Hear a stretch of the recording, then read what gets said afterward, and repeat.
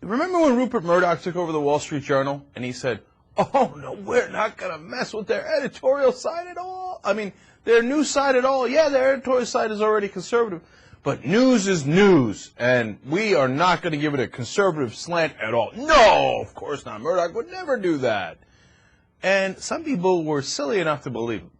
And right now there's a lot of buzz about, oh, Rupert Murdoch is embarrassed by Fox News Channel and Roger Ailes, who runs it, and he's, and he's going to try to tilt Fox News to be a little bit more pro-Obama.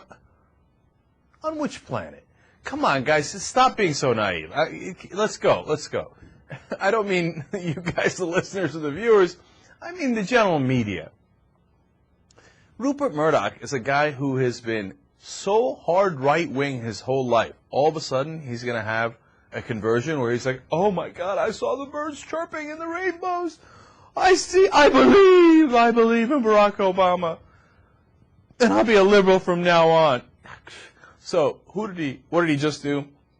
He just picked Gerard Baker as the new deputy editor-in-chief of the Wall Street Journal on the news side. And so you say, okay, who's Gerard Baker? He's a, quote, right-wing curmudgeon. You know who gave him that quote? He did. Baker did. He calls himself a right-wing curmudgeon, right? So he's not kidding around. And I love this, by the way. Michael Calderon from Politico is reporting on this, and he covers the media for Politico. And he says the move, quote, surprised some staffers because of his strong right-wing political views. Man, how do you get to be a grown-ass man and be that naive? People at the Wall Street Journal, you really didn't think he was going to make the paper into a conservative trash paper like he did with every other thing he's ever owned, the New York Post, Fox News Channel, paper up in Boston. Everything he ever turns, it turns into a trash conservative propaganda. Surprised with that. Oh, my God, he brought in a right-winger to be our boss? Oh, I didn't see that coming. All right, now, you're not sure, right? Because all he's done so far is call himself a right-wing curmudgeon. Maybe he's not so bad. Well, look at this. We've got an article from him in February of 2008 about Obama. Let's see. Is he fair and balanced, right? The new guy who's going to be the deputy editor-in-chief of the Wall Street Journal. Very, very important position there.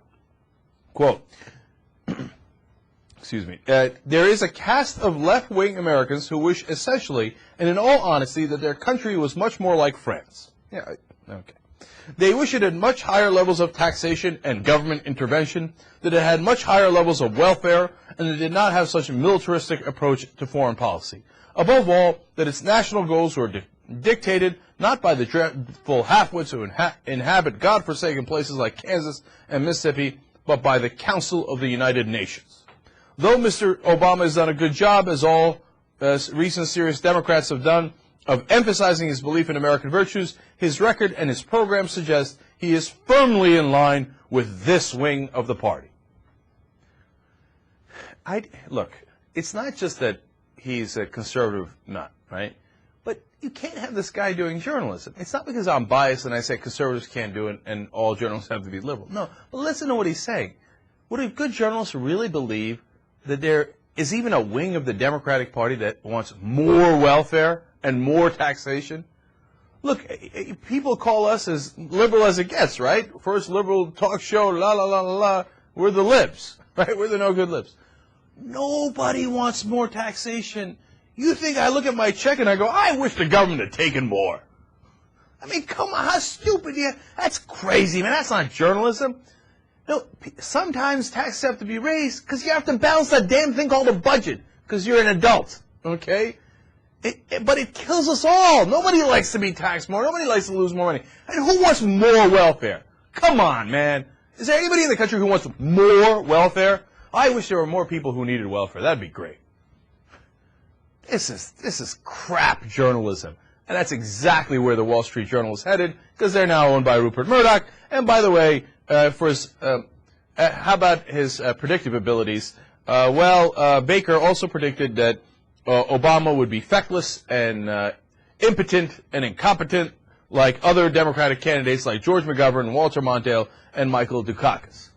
What happened? And you didn't nail that one, did you? Turns out he won. Shocking. So, Wall Street Journal, kiss it goodbye. Okay, If you believed in their news, which I did, I thought their news was excellent before Murdoch took over, it's done for. So put it away, go get another paper.